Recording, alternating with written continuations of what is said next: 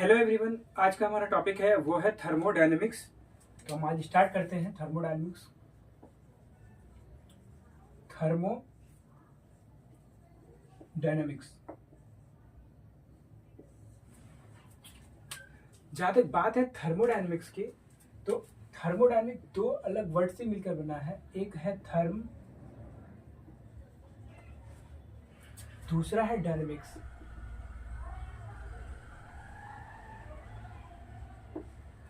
Therm एक Greek word है जिसका मतलब होता है हीट, और डायनामिक्स मतलब मोशन,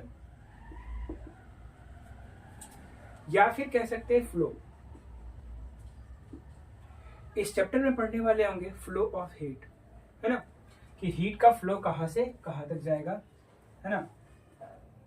तो इतना ही नहीं, इसमें हम लोग पढ़ेंगे हीट के बारे में, इसमें हम लोग पढ़ने वाले हैं वर्क के बारे में, इसमें पढ़ने वाले हैं एनर्जी के बारे में, और इसके कन्वर्जन्स, हीट का कन्वर्जन किसके साथ, वर्क का, और वर्क का कन्वर्जन हीट के साथ, ये पढ़ने वाले होंगे। लॉज ऑफ थर्मोडायनेमिक्स ये पढ़ने वाले होंगे, और भी बहुत कुछ पढ़ेंगे। तो हम स्टार्ट करते हैं इंट्रोडक्शन पार्ट से कि थर्मोडायनेमिक्स क्या होते हैं और इसमें क्या क्या यूजेबल चीज है वो हम डिस्कस करते हैं आज के इंट्रोडक्शन पार्ट में। तो क्या होते हैं थर्मोडायनेमिक्स, तो यहाँ तक एटलीस्ट हमने बस थर्मोडायनेमिक्स को डिस्टिंग्विश करके देखा कि क्या क्या थर्मोडायनेमिक्स में है ना। तो थर्मोडायनेमिक्स क्या होते हैं? Thermodynamics is the branch of physical chemistry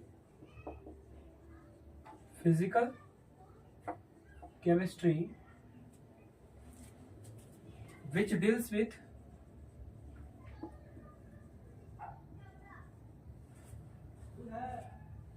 with flow of heat,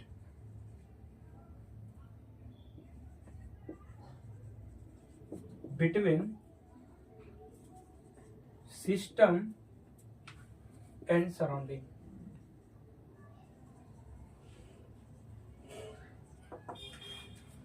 words लिखा है हमने, the branch of physical chemistry. Actually physical chemistry में ही हम लोग पढ़ते हैं, और एक और जगह है फिजिक्स, वहां भी हम पढ़ते हैं, है ना। कहाँ?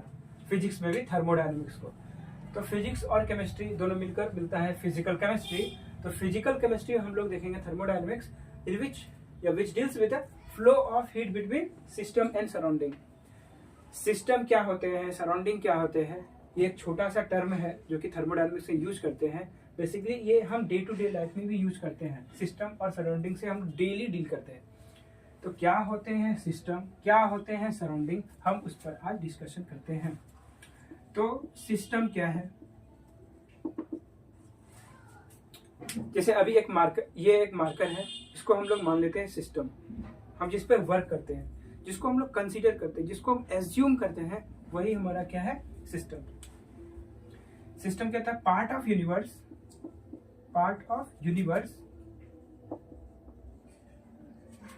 which is taken for thermodynamic consideration। एक छोटा सा टर्म है, जो भी चीज हम कंसीडर करेंगे वो सिस्टम होगा। जैसे ये पूरा घर है, ये एक सिस्टम है, हमने माना है ये सिस्टम है, और इसको छोड़कर क्या होगा, सराउंडिंग होगा। तो सिस्टम सराउंडिंग के बीच थोड़ा ही फर्क है ना। जैसे एक सिस्टम है, क्योंकि यूनिवर्स किससे मिलकर बना है, सिस्टम प्लस सराउंडिंग दोनों मिलकर बना है, किससे, इस दोनों से मिलकर बना है यूनिवर्स। तो सिस्टम जहां होगा वहां सराउंडिंग भी होगा, और इसको जो सेपरेट करता होगा, जैसे कि एक गिलास हमने वाटर लिया है, इसमें हम लोग क्या करते हैं, एक गिलास पानी भर लिया हमने,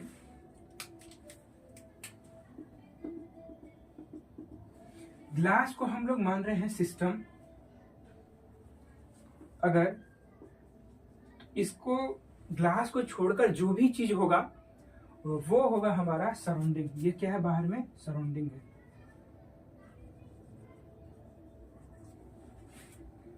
लेकिन इस दोनों के बीच एक चीज का सेपरेशन है, वो है वाल। ये है बाउंड्रीज या वाल कह सकते हैं। ये एक रियल वाल है जिसको हम लोग टच भी कर सकते हैं कि यहाँ तक क्या है, सिस्टम एग्जिस्ट कर रहा है, इसके बाद क्या है, सराउंडिंग स्टार्ट हो जा रहा है। तो इसको कहते हैं बाउंड्रीज या इसको वाल कह सकते हैं। तो यही चीज का डिस्कशन करना है। तो सिस्टम क्या होता है, part of universe which is taken for thermodynamic consideration is called as system. ठीक है, यहाँ तक हमें सिस्टम के बारे में समझ में आता है। जिसको हम कंसीडर करते हैं, जिसको हम एज्यूम करते हैं कि इस पर हमको वर्क करना है, वही हमारा सिस्टम कहलाता है। बात करते हैं वर्क की, ठीक है, सॉरी सराउंडिंग की।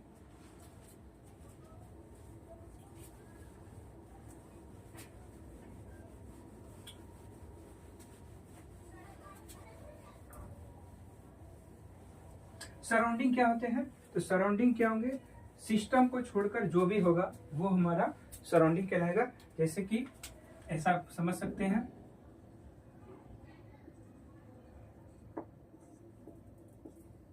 The rest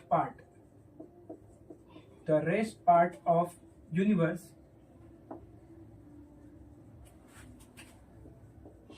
excluding system. The rest part of system excluding system is called as surrounding। हमारा यही है। एक चीज हमने बताया था, सराउंडिंग के बाद आता है एक छोटा टर्म बाउंड्रीज या इसको वाल कह सकते हैं। जैसे होता है दीवार, एक घर है, उसका दीवार चारों तरफ है, तो मेरा यहाँ तक घर है, तो बाउंड्री से ही डिसाइड होता है, वाल से डिसाइड होता है कि मेरा एरिया यहाँ तक है ना। तो यही पर है। तो सिस्टम और सराउंडिंग को जो सेपरेट करता होगा वही क्या होगा, बाउंड्रीज।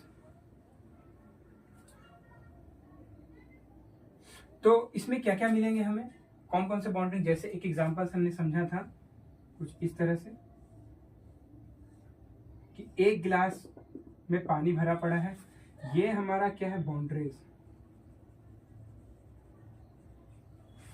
तो बाउंड्रीज को हम टच कर पा रहे होंगे, तो बाउंड्रीज कैसा है, तो रियल बाउंड्रीज है। तो बाउंड्रीज भी कई टाइप्स के होंगे, रियल भी होंगे, इमेजिनरी भी होंगे, डायथर्मिक होंगे, एडियाबैटिक होंगे। तो इस टाइप के होंगे। तो क्या होंगे, boundaries which separates, boundaries can be defined which separate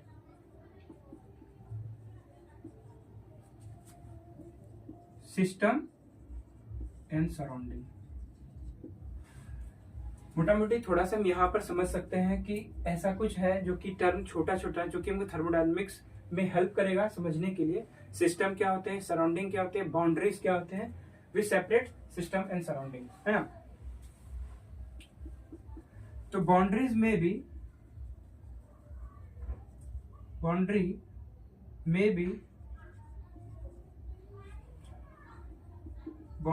भी पहला रियल बाउंड्रीज, रियल और इमेजिनरी।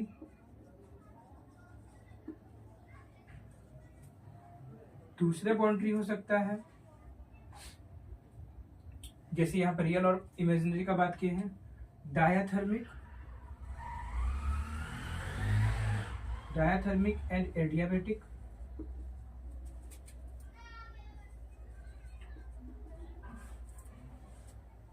रियल बाउंड्री और इमेजिनरी, डायथर्मिक, एडियाबैटिक। रिजिड भी हो सकते हैं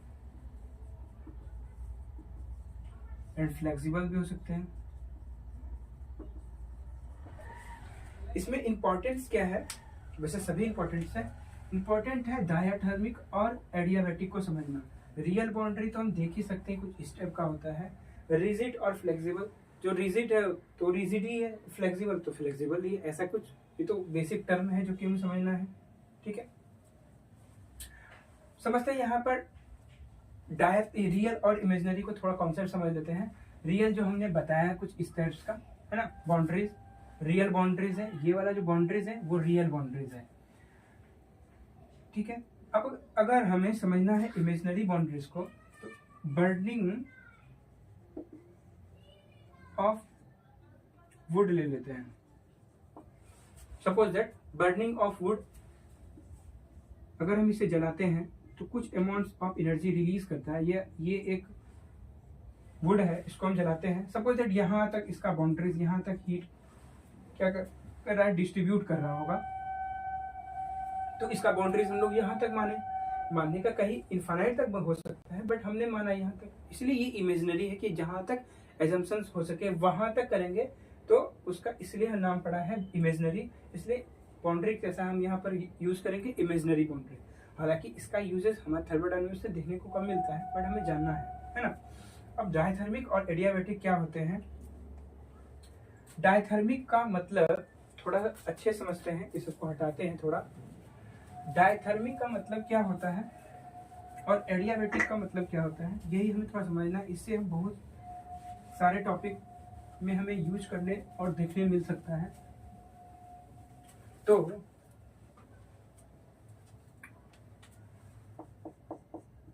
थोड़ा सा समझ लेते हैं डायथर्मिक के बारे में। डायथर्मिक वाल या बाउंड्रीज, जो भी बोल सकते हैं इसको।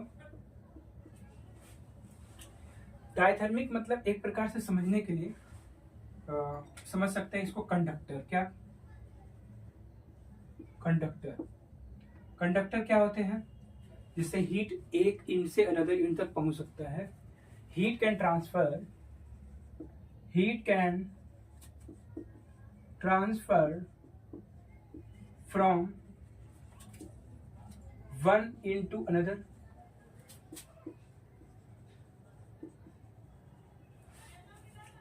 हीट एक जगह से दूसरी जगह ट्रांसफर होता है। उसी वैसा अगर कुछ हमें मटेरियल दिखेगा, वैसा कुछ दिखेगा, तो फिर हम उसे डायथर्मिक कहेंगे। जैसे एग्जांपल्स के लिए कॉपर हो सकता है, एग्जांपल्स के लिए टीन हो सकता है, एग्जांपल के लिए आयरन हो सकता है, एग्जांपल्स के लिए एजी हो सकता है, एयू हो सकता है, सो ऑन। बहुत सारा ऐसा मटेरियल है, मेटल जितने भी हैं वो क्या करते हैं, वो डायथर्मिक वाल की तरह बिहेवियर शो करेंगे। डायथर्मिक वाल ही है वो एक प्रकार से, है ना। तो डायथर्मिक के बाद होता है एडियाबैटिक वाल। ओके, एडियाबैटिक वाल क्या होता है? एडियाबैटिक वाल, जैसे इसमें heat transfer from one into another वाल, इसमें क्या होगा, heat can not flow from one into another. Heat can't flow from one end to another। ठीक है, जैसे एग्जांपल्स के लिए क्या हो जाएंगे, जैसे दो लेयर के बीच एक और लेयर हम अगर क्या करते हैं, उसमें अगर लगाते हैं, मतलब एक ऐसा लेयर है, एक ऐसा लेयर है, लेयर 1 लेयर 2, और लेयर 1 और 2 के बीच अगर हम कुछ ऐसा मटेरियल जैसे कि रबर अगर हम उसको करते हैं, तो उसका हीट ट्रांसफर क्या होगा, स्लो हो जाएगा। तो जीरो तो नहीं कर सकते हैं, लेकिन क्या होगा, हीट ट्रांसफर स्लो हो जाएगा, ऑलमोस्ट जीरो के बराबर। और अगर वुड भी लेते हैं तो कुछ इस तरह का, है ना। तो लगभग एक इंड से दूसरे इंड वो नहीं पहुंच सकता है हीट डायरेक्टली। तो ऐसे प्रोसेस को या ऐसे वाल्स को हम डायथर्मिक वाल की तरह कंसीडर करेंगे, है ना। तो यहाँ तक हम बेसिक इंट्रोडक्शन ऑफ थर्मोडायनामिक्स, जिसमें हम लोग सिस्टम, सराउंडिंग, बाउंड्रीज, ऐसा कुछ यहाँ पर देख पाए। अभी आते हैं मोस्ट इंपॉर्टेंट टॉपिक इस चैप्टर का जो स्टार्ट होता है, वो हमारा क्या है, वो है सिस्टम।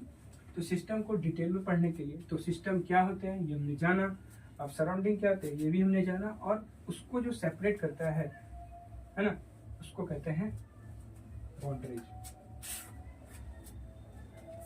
सिस्टम और सराउंडिंग को सेपरेट करने वाला बाउंड्रीज कहलाता है। तो अभी हम अब पढ़ने वाले हैं, समझने वाले हैं, वो है टाइप्स ऑफ सिस्टम, जो कि इंपॉर्टेंट है। यहां से थोड़ा धीरे धीरे चलेंगे।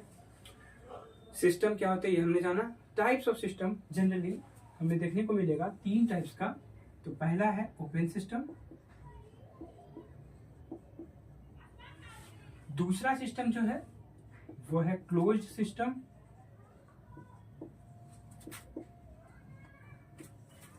तीसरा जो है आइसोलेटेड सिस्टम होगा।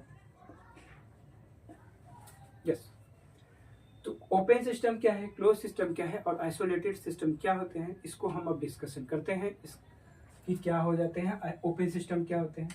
जैसा कि नाम में पता चलता है ये एक ओपन सिस्टम है, तो सबसे पहले हम क्या करते हैं, एक्सपेरिमेंटल पॉइंट ऑफ व्यू से समझना चाहते हैं कि ओपन सिस्टम क्या होता है। तो ये एक क्या है, एक कंटेनर है जो कि क्या है, ओपन है, ठीक है, हमने क्लोज नहीं किया है, ये एक ओपन है, ठीक है। अब क्या करते हैं, और जो ये वाल है वो कैसा है, अभी हमने एक डिस्कशन किया है, डायाथर्मिक वाल, डायाथर्मिक वाल है, जिससे हीट क्या हो सकते हैं, ट्रांसफर हो सकते हैं। तो अब हम क्या करते हैं, बर्नर को ऑन करते हैं और इसको जलाते हैं, मतलब हीट है यहाँ से फ्लो करवाते हैं इस कंटेनर में, और हम यहाँ पर सपोज दैट 1 लीटर क्या किए हैं, पानी यहाँ पर भर दिया, इतना कुछ हमने रेडी किया है। हीट को क्या किया है, कंटिन्यूअस फ्लो किया है, जैसे कि हम ठंड का मौसम चल रहा है, गर्म पानी करते हैं और ढक्कन खुला रखते हैं कंटेनर का, तो क्या होगा, वही सिचुएशंस को हम यहाँ पर डील करेंगे ओपन सिस्टम में। तो ओपन सिस्टम में क्या होगा, हीट का कंटिन्यूअस फ्लो होगा, और क्या करते हैं, तो यहाँ पर हीट फ्लो होगा। हीट एक क्या है, एनर्जी का क्या है, मीडियम ऑफ ट्रांसफर है, मतलब हीट को हम किससे, जैसे एक थोड़ा सा यहाँ देख लेते हैं पहले ही, एनर्जी को हम लोग दो तरह से ट्रांसफर कर सकते हैं, एक पहला हीट, दूसरा वर्क। जो यहाँ पर डिस्कस कर रहे हैं वो है हीट का फ्लो, है ना। तो हीट जो है कंटिन्यूअस फ्लो हो रहा है, मतलब हम कह सकते हैं क्या, energy not equals to constant, energy क्या है, कांस्टेंट नहीं है। जैसे कि हम लोग गैस जलाते हैं तो क्या गैस खत्म होने लगता है ना, जैसे 15 kg का सिलेंडर है, हम गैस ऑन करके छोड़ दिए और 1 घंटे तक चलाया ऐसा करके, तो हमारा गैस तो कुछ तो खत्म होगा ना, एनर्जी का जो था मटेरियल वो तो खत्म हो रहा है ना, तो कांस्टेंट नहीं है, वो खत्म होगा। और एक और चीज हो रहा है इस ड्यूरेशंस में, ये जो मास था, suppose that mass of water is 1 litre, जो volume of water is 1 litre, suppose that अगर वॉल्यूम ऑफ वाटर 1 लीटर है इनिशियली, आफ्टर सम टाइम्स क्या होंगे, चेंज होंगे, ड्रॉप होंगे, और एनर्जी, ये मास भी क्या होंगे, मास यहाँ पर वॉल्यूम में लिया है, मास क्या होंगे, मास भी कांस्टेंट क्या होंगे, नहीं होंगे।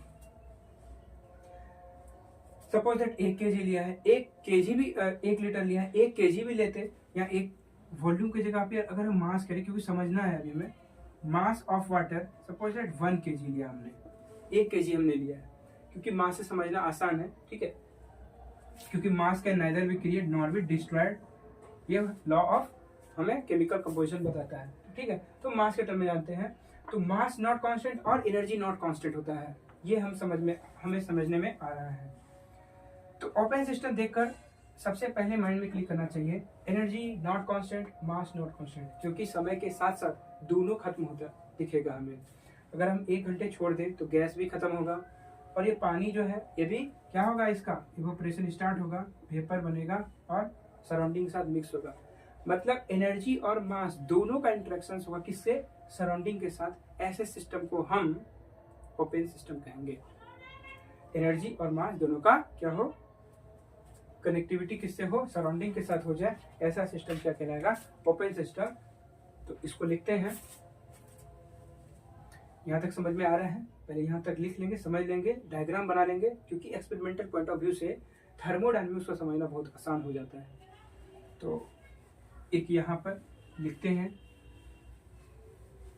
हमने ओपन सिस्टम का डिस्कशन कर दिया है, तो ओपन सिस्टम क्या होते हैं, तो लिखते हैं open system, the system which can exchange energy as well as mass of matter is called as open system।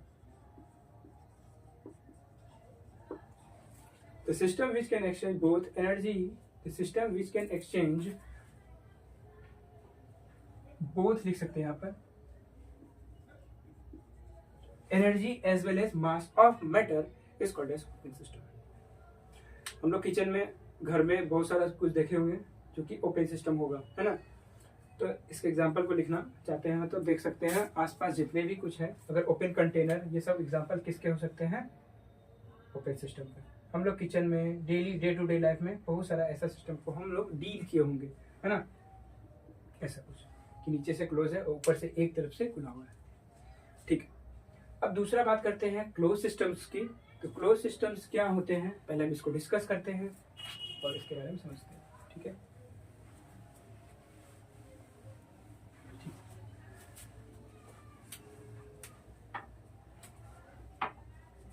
जहां तक बोला जा रहा है क्लोज सिस्टम, तो सबसे पहले एक कंटेनर बनाएंगे,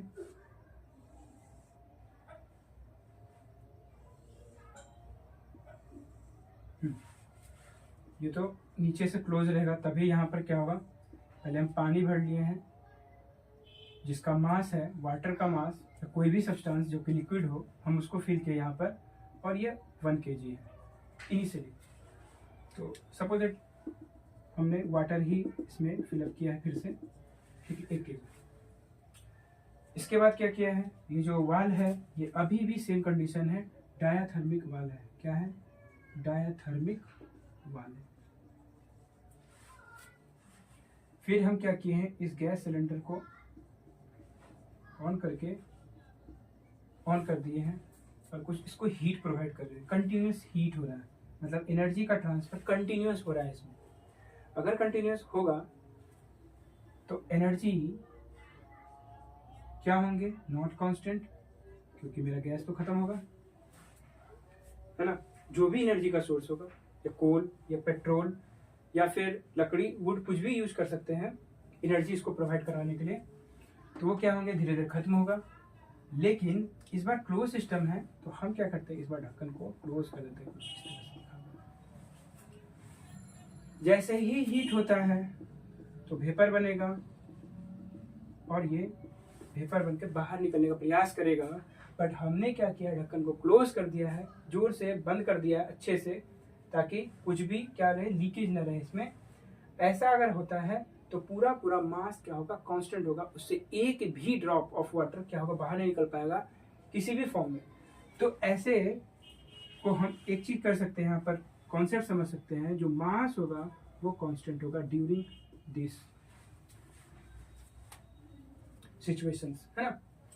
mass constant but energy is not constant. अगर हमें क्लोज सिस्टम देखने को मिलेगा तो पहला कॉन्सेप्ट में यही क्लिक करना है कि जो एनर्जी होगा वो नॉट कांस्टेंट होगा और मास होगा वो ही कांस्टेंट सिर्फ होगा।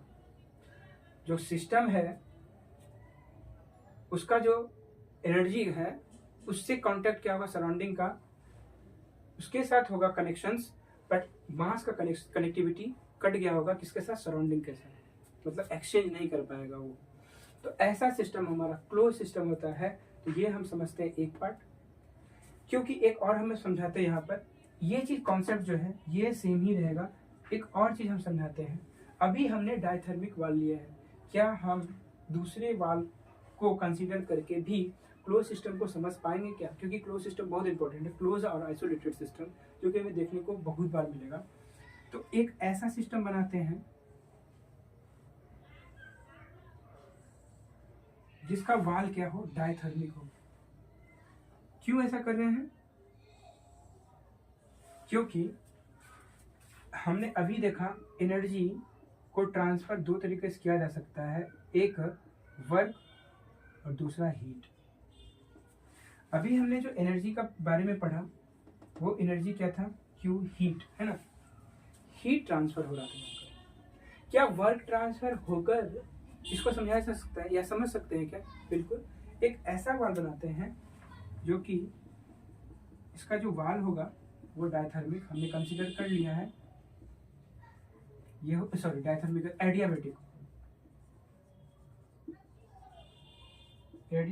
वाल, ठीक है। एडियाबैटिक वाल और यहाँ पर हम लगाते हैं, यहाँ पर हम पिस्टन लगा देते हैं। पिस्टन को भी कुछ इस तरह से डिजाइन किया है कि इसका भी जो वाल है वो क्या होंगे, डायथर्मिक। एक प्रकार से हम ये समझाने का प्रयास कर रहे हैं कि बाहर से सराउंडिंग से कनेक्टिविटी सिस्टम का जीरो होगा, है ना। डायथर्मिक वाल होंगे तो क्यू क्या होंगे, जीरो होंगे। No heat transfer between system and surrounding, ठीक है। अब यहाँ पर इनिशियली फिर से हम सपोज दैट 1 लीटर अगर वाटर भरते हैं या 1 kg, मास जो है वो 1 kg है, और जो टेम्परेचर होगा इनिशियली हमने मेजर किया तो 170 डिग्री सेल्सियस है, मतलब बहुत हीट है। जैसे ही हीट होगा तो ठंडा होने का प्रयास तो करेगा जरूर, है ना। लेकिन सराउंडिंग से कोई रिलेशंस नहीं है, जो कि हम दिखा रहे हैं, क्योंकि एडियाबेटिक वाल है, चारों तरफ से ऐसा कुछ है। तो इसको फोर्स करेगा, क्या करेगा, फोर्स करेगा, वेपर प्रेशर लगाएगा, प्रेशर क्रिएट करेगा किसके द्वारा, वेपर के द्वारा। और ये क्या करेगा, पुल होना, सॉरी, यहाँ से यहाँ अपवार्ड डायरेक्शंस पर पुल होना स्टार्ट होगा, धीरे धीरे इसकी तरफ दूर जाएगा, है ना।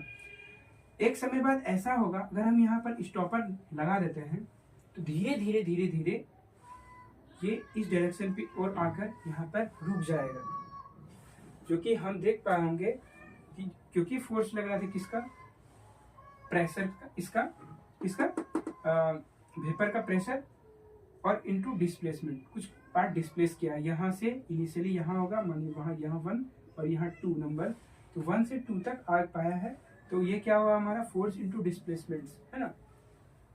तो ये हो गया हमारा वर्क डन।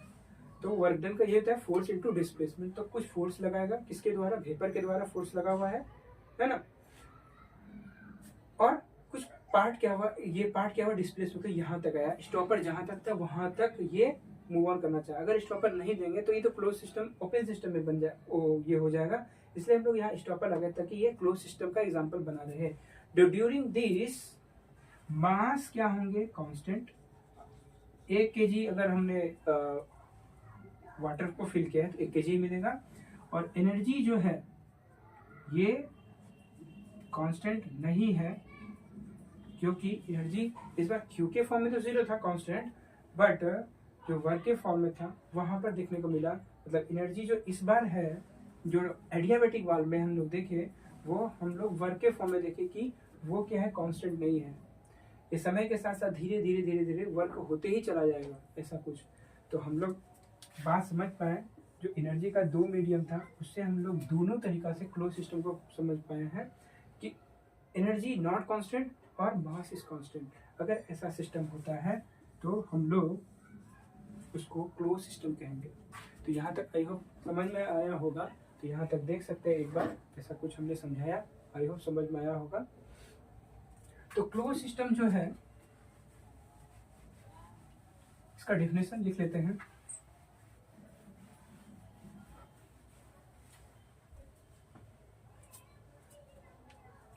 ओपन सिस्टम तो पहले ही हो गया, अभी हमने क्लोज सिस्टम बताया है। तो close system the system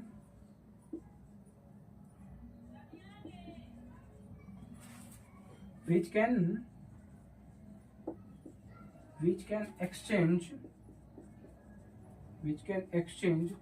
only energy but not mass of matter is called as closed system. The system which can exchange only energy but not mass of matter is called as closed system, इसको कहते हैं। तो close system क्या है, open container को close कर दे, जो कि हम लोग किचन घर में, अपने किचन में, घर के किचन में देख सकते हैं। ऐसा बहुत सारा होगा, जैसे प्रेशर कुकर, वो किसका एग्जांपल है, क्लोज सिस्टम का एग्जांपल। उसमें क्या होगा, मास क्या होता है, कांस्टेंट होता है। हाँ, हम उसको क्लोज पूरी तरह से बना सकते हैं, पूरी तरह से, तभी उसको हम क्लोज तरह के कंटेनर में हम लोग कंसिडर कर सकते हैं। तो यहाँ तक हमें समझ में आता है। तो जैसे ही क्लोज सिस्टम किया जाए तो क्या बताया गया, energy is not constant, mass is constant. मतलब सराउंडिंग के साथ इंटरेक्शन किसका होगा, एनर्जी का होगा, मास का नहीं होगा। ऐसा सिस्टम हमारा क्लोज सिस्टम कहलाता है। बात करते हैं आइसोलेटेड सिस्टम की, ये भी इंपॉर्टेंट है।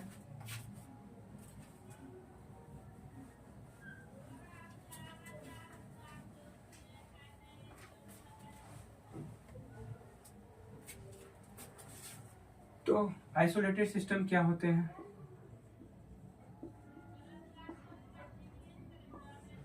आइसोलेटेड सिस्टम को समझना थोड़ा सा डिफिकल्ट है, बट क्योंकि ये एग्जिस्टेंस जो है एजम्पशंस के बेसिस पे ही चलता है, तो पहले इसको हम लिख देते हैं, समझते हैं पहले, इसके बाद पहले एक्सपेरिमेंट्स ही करते हैं। आइसोलेटेड सिस्टम बना रहे, ठीक है।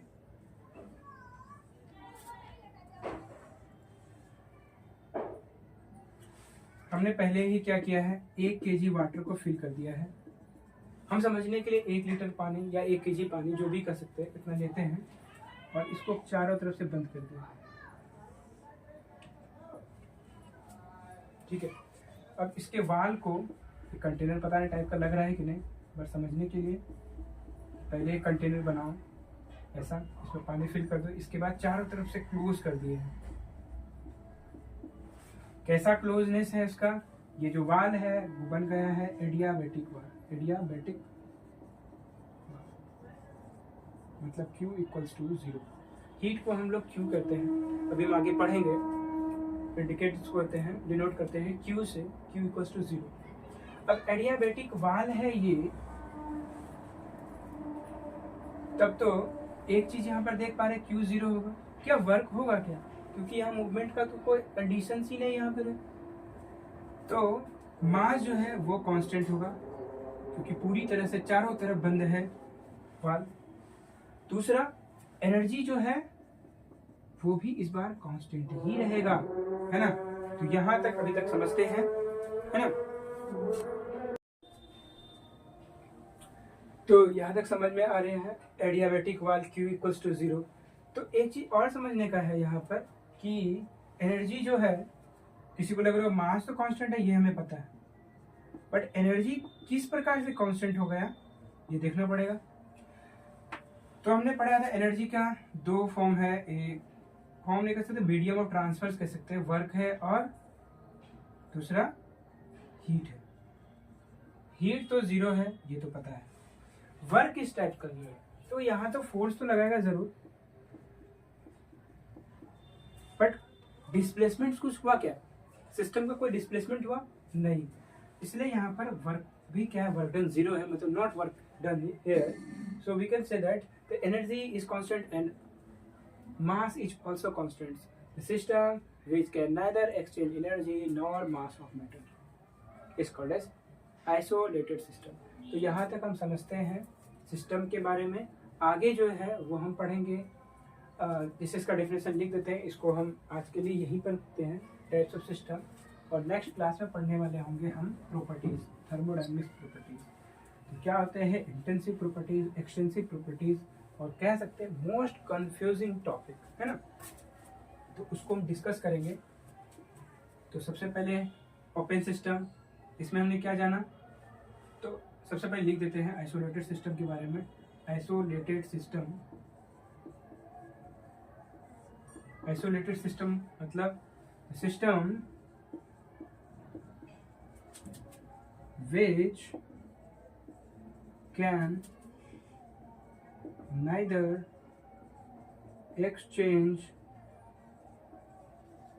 energy nor mass of matter। मतलब सबसे रिलेशन खत्म कर दो, यही है energy is equals to constant, mass भी कांस्टेंट। ऐसा अगर कहीं देखने मिले तो आंख बंद करके बोलना है ये क्या है, हमारा आइसोलेटेड सिस्टम। ओपन सिस्टम मतलब एनर्जी का इंटरेक्शन जो है पूरी सराउंडिंग का होगा, मास भी क्या होगा, नॉट कांस्टेंट, और दोनों का रिलेशन सराउंडिंग के साथ होगा। क्लोज सिस्टम मतलब energy is not constant, and mass जो है वही सिर्फ होगा कांस्टेंट, मतलब एनर्जी का रिलेशन सराउंडिंग के साथ होगा, मास का नहीं होगा। आइसोलेटेड सिस्टम में एनर्जी भी क्या हो गया, कांस्टेंट, मास भी हो गया कांस्टेंट। आज से 5 साल पहले कोविड में सब लोग को आइसोलेट किया गया था, मतलब उसका रिलेशन किसी से नहीं होगा, सिर्फ अपने आप से होगा बस।